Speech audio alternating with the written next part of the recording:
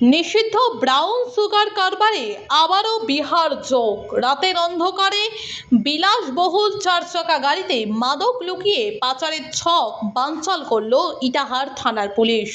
রবিবার মধ্যরাতে ইটাহারের কোদালভাঙা এলাকায় জাতীয় সড়কে পুলিশি অভিযানে গ্রেপ্তার বিহারের দুই যুবক। উদ্ধার 408 গ্রাম ব্রাউন সুগার, বাজেয়াপ্ত একটি চারচাকা গাড়ি ও দুটি মোবাইল। সোমবার ধৃতদের রায়গঞ্জ জেলা আদালতে পেশ করলে বিচারক ধৃতদের 7 দিনের পুলিশি হেফাজতের নির্দেশ দেন।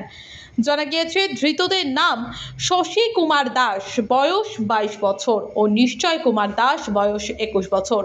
বাড়ি উত্তর দিনাজপুর লাগোয়া বিহারের কিষানগঞ্জ জেলার কৈরি বীরপুর গ্রামে।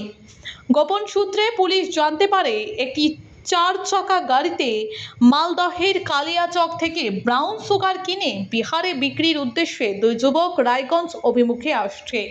সেই খবরের ভিত্তিতে ইটাহার থানার পুলিশ কোদালভাঙা এলাকায় জাতীয় সড়কের ধারে চারচাকা গাড়িটি ধরতে অপারেশন চালায়। দীর্ঘক্ষণ অপেক্ষার পর সন্দেহজনক গাড়িটিকে আসতে দেখে পুলিশ গাড়িটি দাঁড় করায়। এরপর গাড়িতে থাকা দুজনকে জিজ্ঞাসাবাদ করে পুলিশ, কিন্তু ধৃতদের কথায় অসঙ্গতি মেলায় পুলিশ গাড়িতে তল্লাশি চালায়। সেই সময় গাড়ি থেকে নিষিদ্ধ ব্রাউন সুগারের 4টি প্যাকেট উদ্ধার করে।